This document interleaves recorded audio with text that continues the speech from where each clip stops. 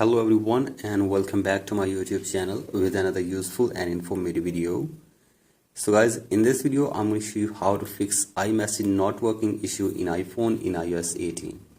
So guys, if your device is updated to the latest version, that is iOS 18, and now iMessage is not working on your iPhone, here I will show you how can you fix it.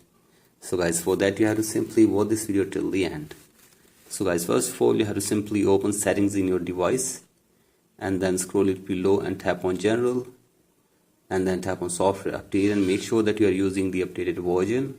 And after this, go back and now scroll it below and tap on date and time and set your date and time from here, and then scroll it below and tap on VPN and device management and make sure that there is no connected VPN on your device, and then tap on transfer or reset iPhone and then tap on reset and reset network settings of your device for one time as well.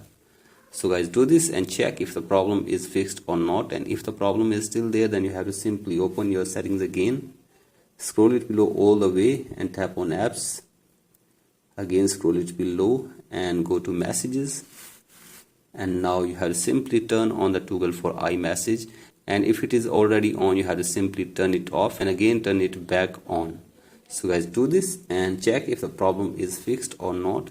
And if the problem is still there, then force restart your device for one time.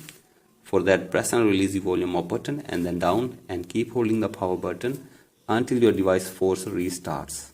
So guys, do this, and after this hopefully your problem will be fixed. So guys, that's it for today's video. Hope this video helps you. Please like and subscribe to my YouTube channel as well. Thank you.